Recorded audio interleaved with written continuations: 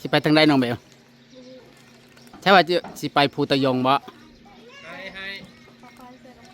อ๋อเขาพาไปแต่ไปแต่นั้นระวังเขาชวนเขาป่าเด้อ งามงามงามแทงงามว่าแต่ผู้บ่าวชวนไปใส่ไปเบิด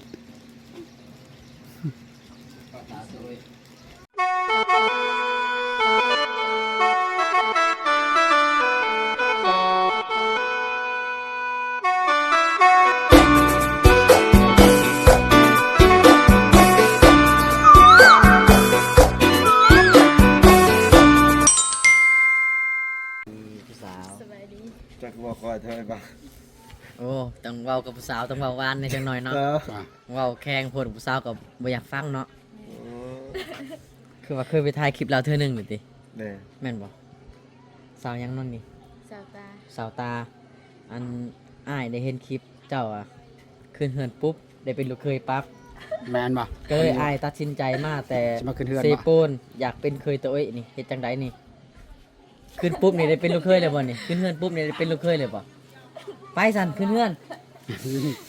ขึ้นเดือนนะสิ โอ้อันนี้สาวยังนี่ยังบ่จักซื้อเลย สาวเบล โอ้สาวเวลเนาะ ทีได้ชาเบลเลย เห็นทุกที จะอยู่บ้านนี่ติ วอมาลินน้ำสตอ มาเล่นน้ำสาวตาอ๋ออ้าวพี่น้องบ่าวไทยบ้านนอกก็สิได้เป็นเคยตัวโอยอีกแล้วบัดนี้เพิ่นว่าขึ้นเฮือนปุ๊บได้เป็นลูกเคยปั๊บไปขึ้นเฮือนเฮาเอาได้ถ้าขึ้นเฮือนปุ๊บนี่เนาะเดี๋ยวเฮาขอขึ้นก่อนเด้อทีมงานทุกคนกลางคืนหรือกลางเว้นขึ้นกลางคืนมันแม่นอีหลีวันนี้โอ้ยต้องไปจีบกันก่อนดิคุยกันก่อนติเป็นลูกเคยกัน กรณีเป็นวาวผู้ชาวเป็นเพื่อนและเป็นเพื่อนเลยคนละ บอกก่อนแล้วนี่แบบจังใดถึงเป็นลูกเขยนะเอาแนะนำให้ไอ้ไงลองไอ้ฟังเลยดู เด็กเป็นแฟนกันขึ้นกลางคืนหันเป็นเคย อ๋อเป็นแฟนกันต้องเป็นแฟนกันเนาะ แม่น แฟนก่อนเป็นเพื่อน ต้องเฮ็ดจังใดในจังสิได้เป็นแฟนนี่ ขึ้นเงื่อนแล้วรักขึ้น ขึ้นเงื่อนเลยบ่รักขึ้นบ่ รักขึ้นไปนอนเลย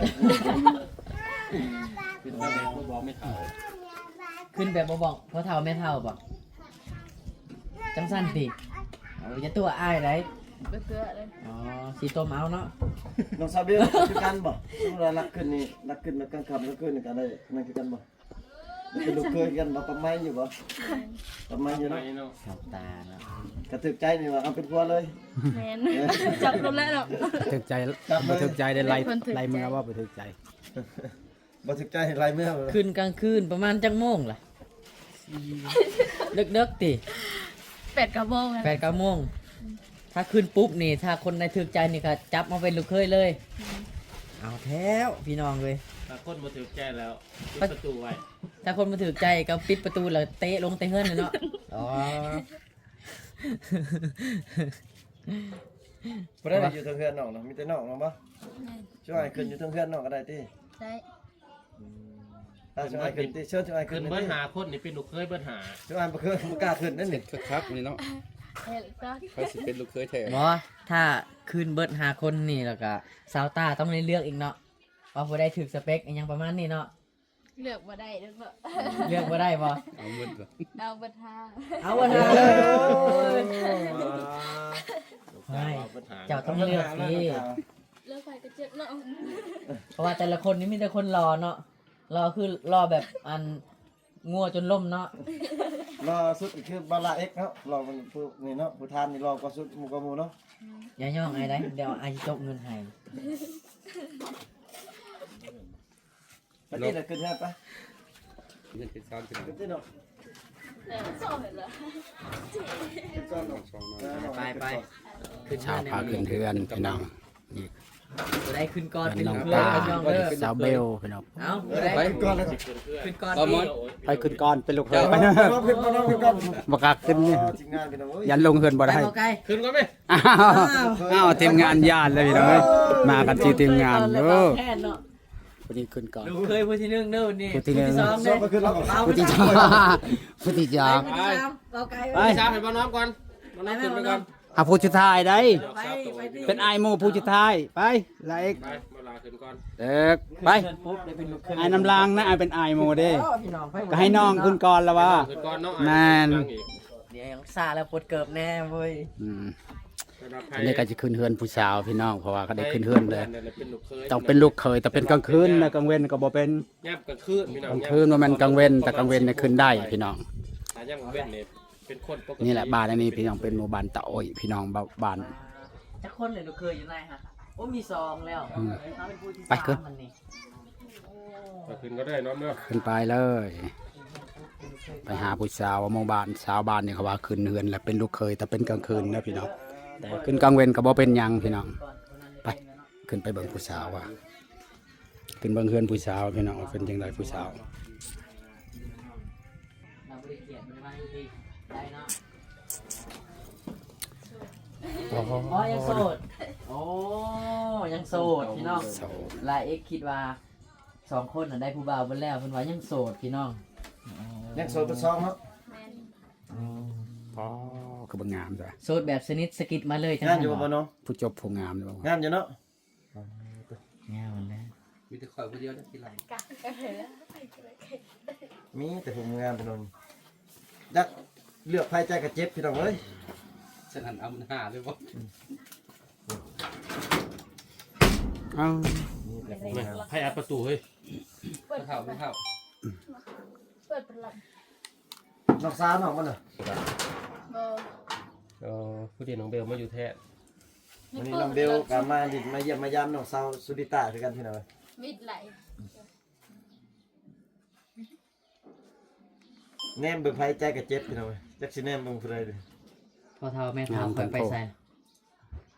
บ่ ฮะ พอเฒ่าเสียแล้วเด้ พ่อเฒ่าเสียแล้ว ไปแล้วนะคือคลิปนั้นเราไปแล้วนะ ยังแต่แม่เฒ่าติ แม่นยังแต่แม่อยู่กับแม่ แต่แม่เนาะ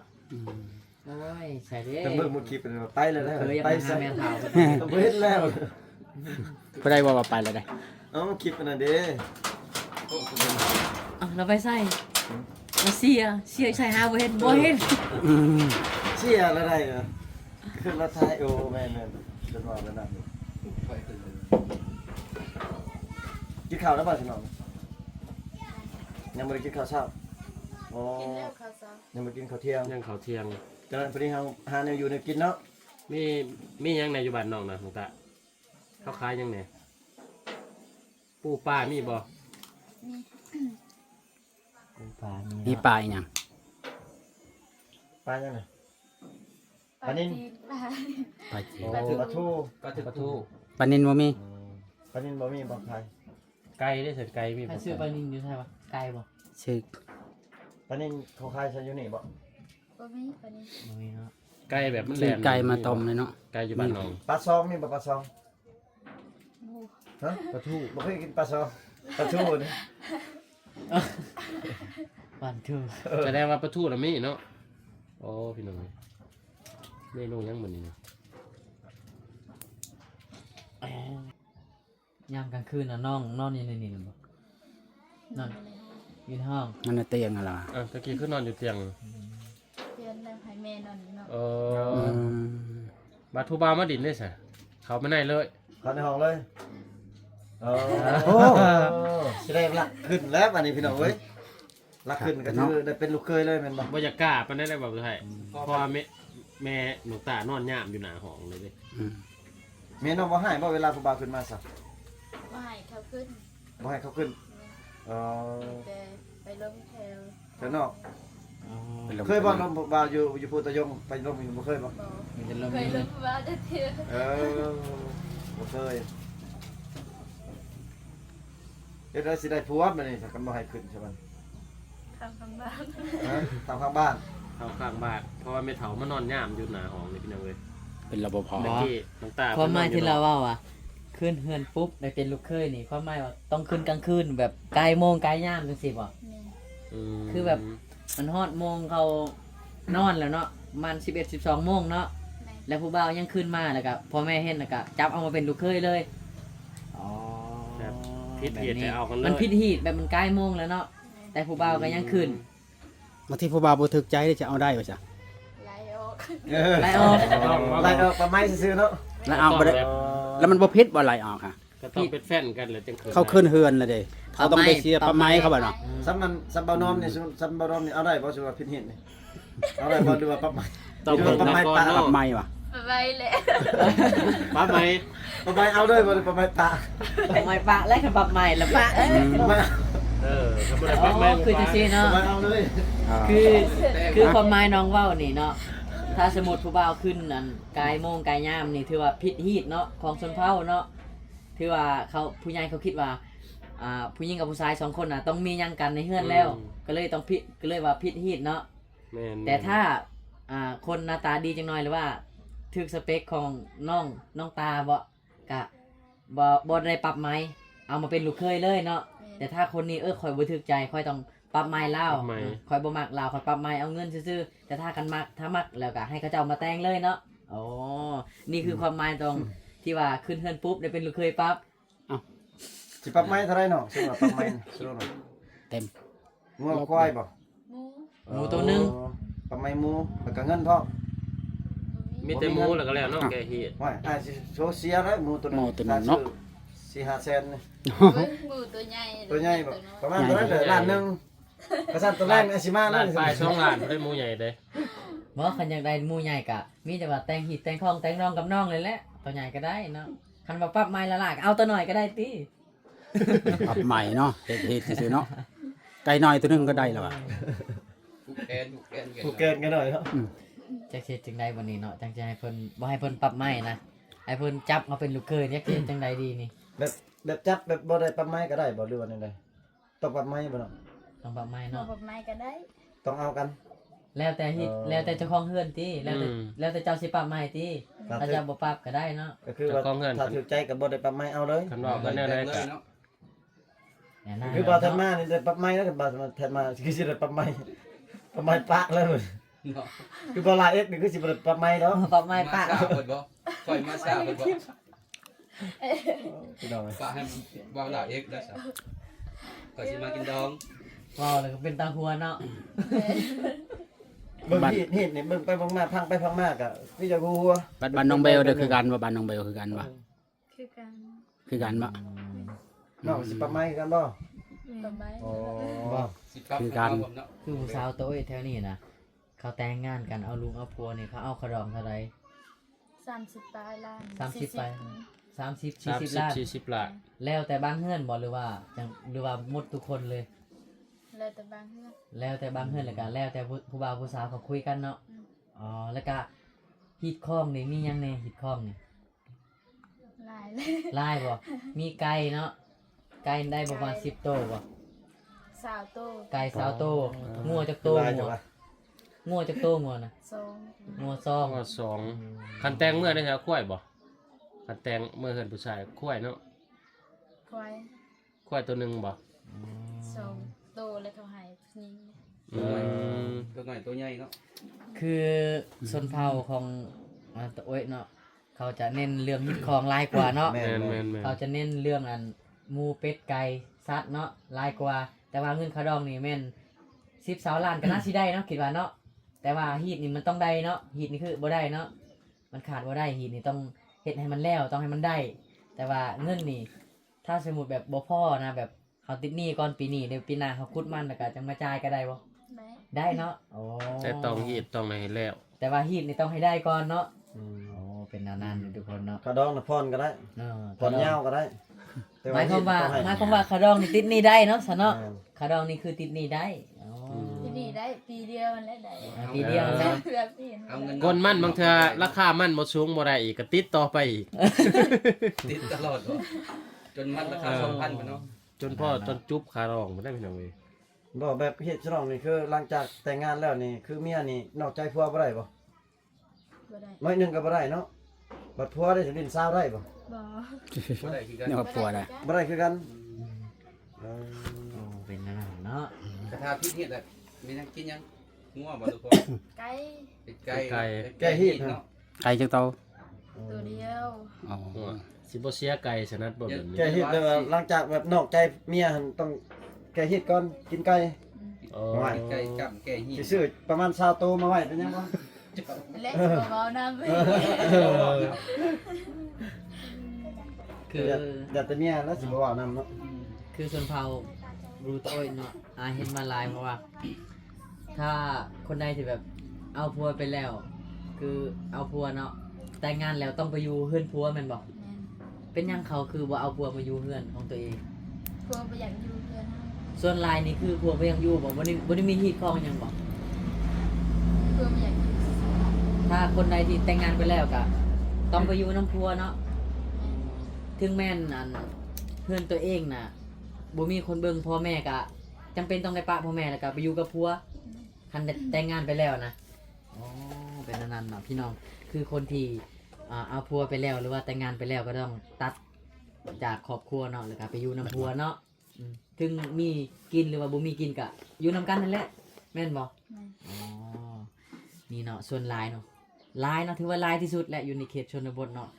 ผู้หญิงคนใดที่เอาผัวเอาไปแล้วก็ต้องได้ไปอยู่นำผัวเนาะ ถึงแม้สิบ่มีเงินมีคำก็ต้องไปอยู่ไปสร้างซานำกันประมาณนี้เลยทุกคนเนาะ ถึงว่าเฮือนหลังนั้นสิบ่มีอิหยังเกิดบ่มีคนอยู่นํเนาะก็มีอยู่แต่พ่อแต่แม่พี่น้องเอ้ย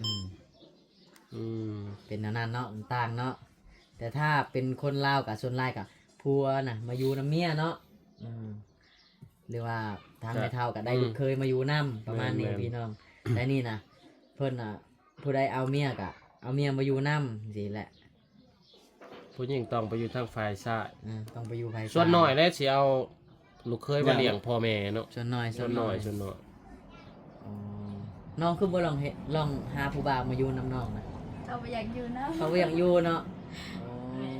แม่น้องอยู่คนเดียวเอาผัวมาเลี้ยงแม่ก็สบายอยู่ แต่เขาบ่อยากอยู่นำ อ้ายได้มาอยู่นำได้บ่ เป็นอันนั้นแต่ถ้าแบบมัน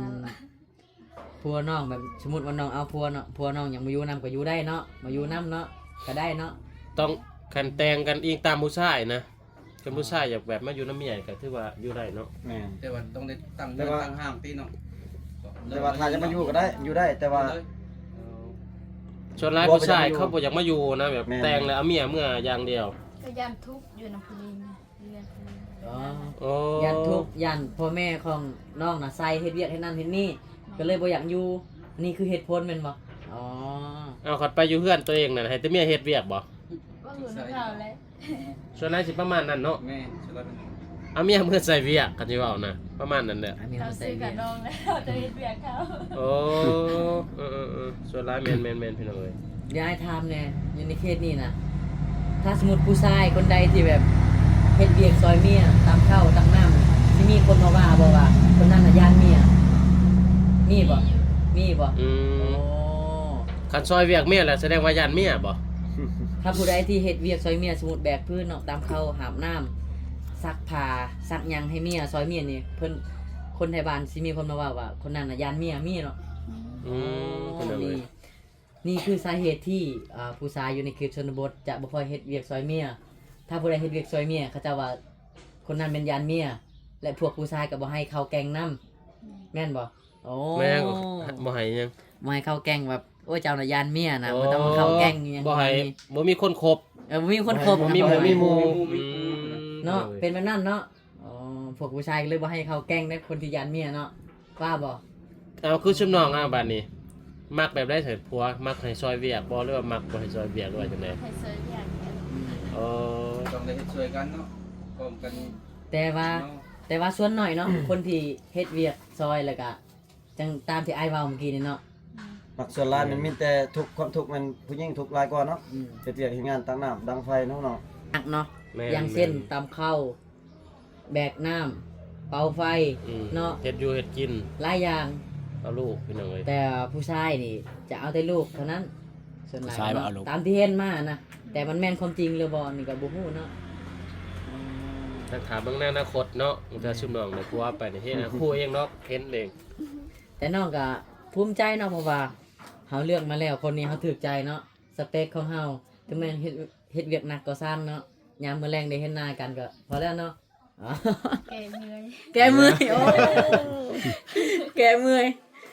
ความหมายคือ แห้งเนาะ ความหักก็คือแบบว่าได้อยู่นํกันกับเห็นหน้ากันทุกมื้อก็มีแฮงแล้วน้องเนาะ ทุกเวียกทุกงานก็พอเฮ็ดไปเพิ่นว่า คือผู้หญิงคนนี้เขายอมเนาะเขายอมเฮ็ดเวียกหนัก ยอม เพื่อคนที่เขาหักเนาะโอ้นั่น เขา นั่น เฮ็ดเวียกเขาก็บ่เฮ็ดคือกันแหละ เขาเฮ็ดเฮาก็เฮ็ด ต้องให้เฮ็ดนํกันเนาะ สู้เพื่อหักเนาะ แม่น ตอนนี้ตอนที่น้องยังบ่ทันมีลูกมีเต้าเนาะถ้าผัวบ่เฮ็ดเจ้าก็บ่เฮ็ดแต่ถ้าน้องมีลูกแล้ว 2-3 คนเจ้าบ่เฮ็ดลูกเจ้าสิกินหยังบัดนี้ เจ้าก็ต้องได้เฮ็ดแม่นบ่จำเป็นแหละ แม่นจำเป็น อ๋อ